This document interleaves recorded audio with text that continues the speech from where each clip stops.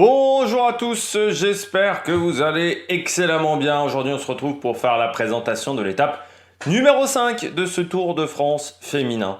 Cette cinquième étape, on attaque la deuxième moitié de course. Un petit peu de fatigue notamment du côté des organismes, surtout qu'on a roulé plutôt vite dans ce Tour de France.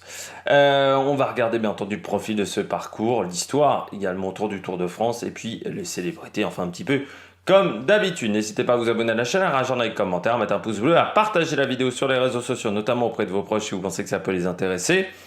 Dans les commentaires, n'hésitez pas à me donner vos 3 favorites pour aujourd'hui et puis votre grosse cote, puis à me dire ce que vous pensez de cette étape, notamment en termes de parcours. Et puis quand vous vous abonnez à la chaîne, vous pouvez ajouter la petite cloche, comme ça vous êtes au courant des dernières vidéos qui sortent sur la chaîne, notamment si vous activez toutes les notifications. Ça, c'est ce qu'on appelle le Saint Graal. Étape numéro 5 qui va être très longue, 175 km de course. Pour les filles, 175 km de course, ça correspond aujourd'hui à 260 km chez les garçons. C'est vraiment parmi les distances les plus longues, même au championnat du monde. On n'a pas ce genre de kilométrage-là, il faut le dire. Donc 175 km, ça commence à être long. Savoir que les filles ne font pas 200 km. Il n'y a aucune course de filles aujourd'hui, féminine, femme, qui fait plus de 200 km. Donc 175 km, on commence à attaquer les grandes distances pour les filles. Et ça va être une étape très longue. Alors étape toute plate, étape qui va pas être très passionnante, je pense, à regarder, hein, je vais pas vous mentir. Ça va être une longue journée, mais avec un peloton qui est déjà un petit peu fatigué, avec un week-end qui s'annonce très chaud, notamment vendredi, samedi, dimanche, mais surtout samedi, dimanche, avec de la haute montagne, mais il ne faudrait pas sous-estimer les times de Rochheim en fin de journée, eh bien ça va être une longue journée et ça va avoir peut-être un impact sur la fraîcheur des filles en troisième semaine.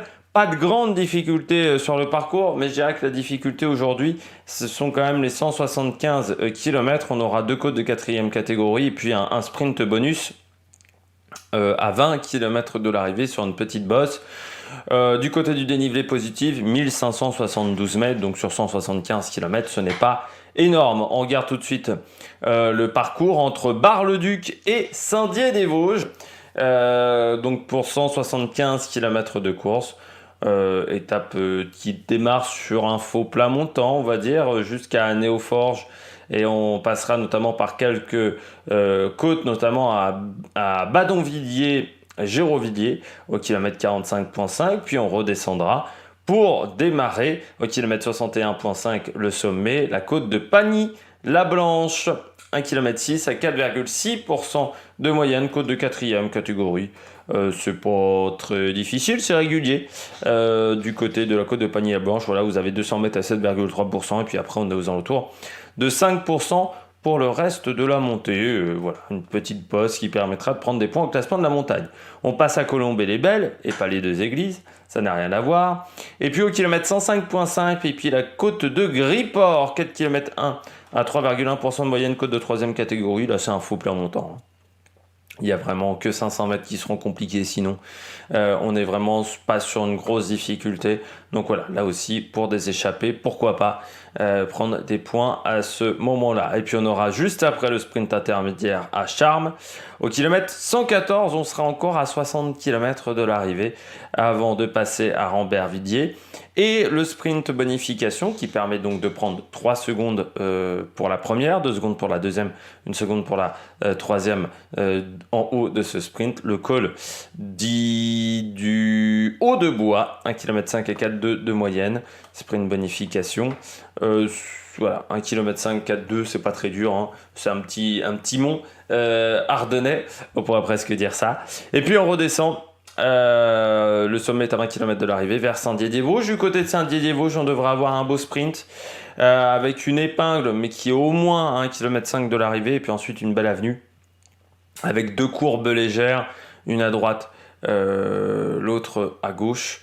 Non, une à gauche, une à droite, pardon, c'est mieux dans ce sens-là, mais vraiment avec peu d'incidence et elles sont au moins à plus de 600 mètres de l'arrivée, donc c'est une arrivée quasiment en ligne droite, 1,5 km, 1,6 km de ligne droite, donc ça va être très intéressant pour les sprinteuses. On pourra mettre en place les trains. Ça ne veut pas dire moins dangereux, hein. Parfois, quand on arrive voilà, avec des grosses lignes droites, parce que parfois on remonte à droite, à gauche, et ça fait des vagues.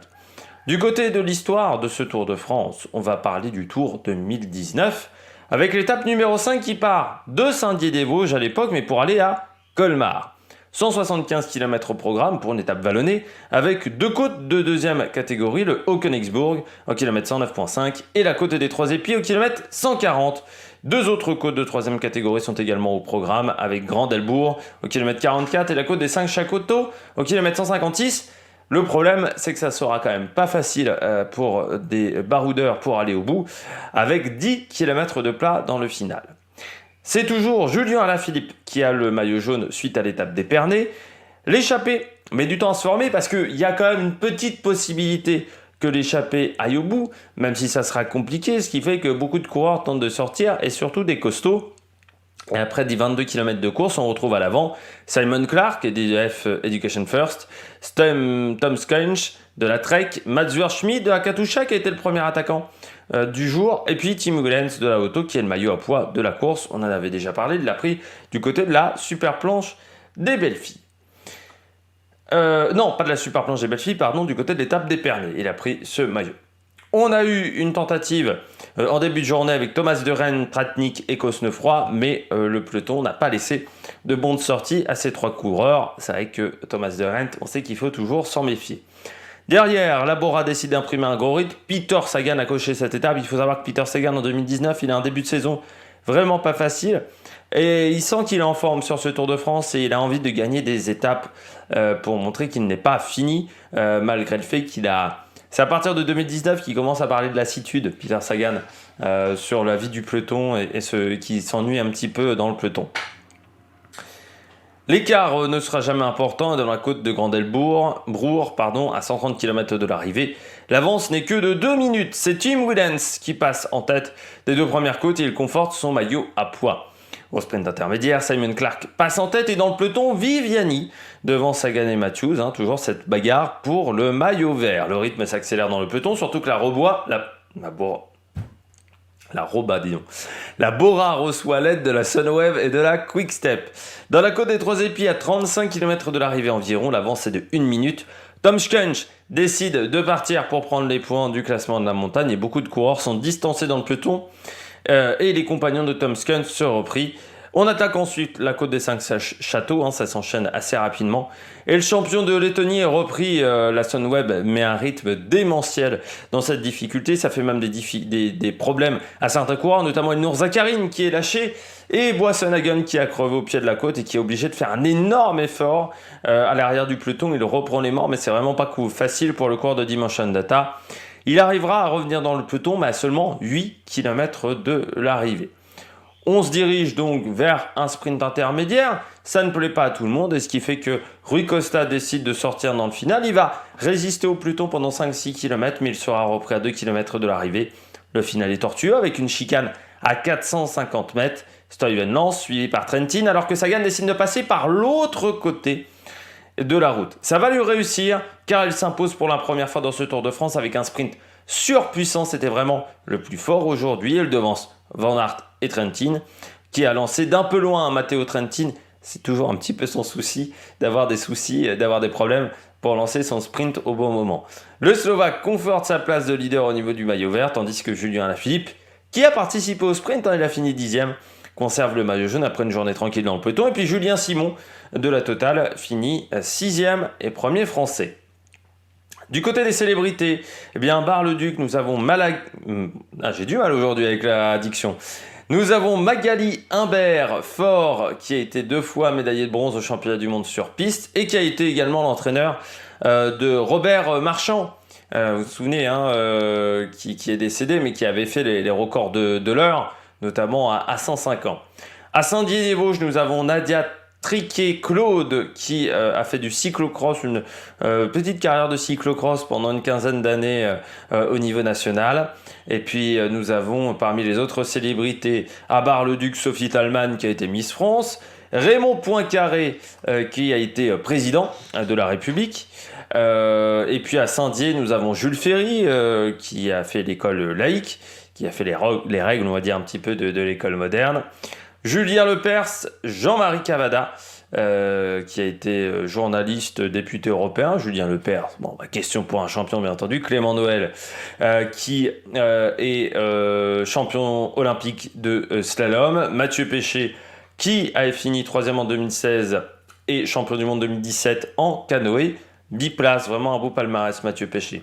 Du côté de la météo, le ciel est nuageux en début de journée, puis ensuite on aura du soleil, 24-27 degrés sur cette étape, du vent plutôt d'est, donc de face, 3 quarts, mais entre 10 à 20 km/h, elle ne devrait pas être très dangereux, notamment au niveau de la bordure, mais ça devrait ralentir le peloton. Eh bien, on s'attend à un sprint massif, avec pourquoi pas une échappée qui arrivera à sortir 5-6 concurrentes pour aller prendre les points au niveau du classement de la montagne. Pourquoi pas une fille de Park Hotel Valkenburg. Du côté des pronostics, je mets Lorena Vibes qui a fait vraiment pour le moment, qui a été la plus performante au niveau du sprint et qui m'a pas l'air d'être trop en difficulté dans les côtes non plus, donc je pense qu'elle est bien passée. Emma Nosgaard, parce que je prononce maintenant comme Vingegaard, la danoise du côté de la Movistar, pardon. J'ai mis également Demi Vollering qui pourrait tenter de prendre des bonifications. C'est pour ça qu'on ne ferait pas sprinter Lotte Kopecky.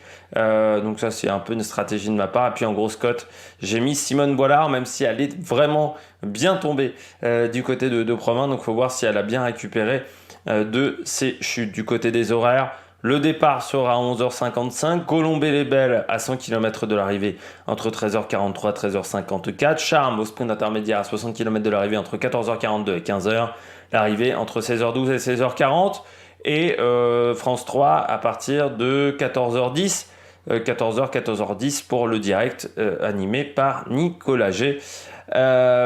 Et toute son équipe, notamment Laurent Jalabert et Marion, j'ai oublié son nom, qui commente, qui est en plus également speaker pour la Fédération Française de Cyclisme, et voilà, toute l'équipe du côté de France Télévisions. J'espère que vous avez aimé cette vidéo. Si vous avez aimé cette vidéo, n'hésitez pas à vous abonner à la chaîne, à réagir dans les commentaires, à mettre un pouce bleu, à partager la vidéo sur les réseaux sociaux. Puis nous, on se retrouve donc ce soir pour faire le débrief de cette étape, et demain pour faire la présentation de l'étape numéro 6. Allez, ciao ciao sur la Meilleure Production.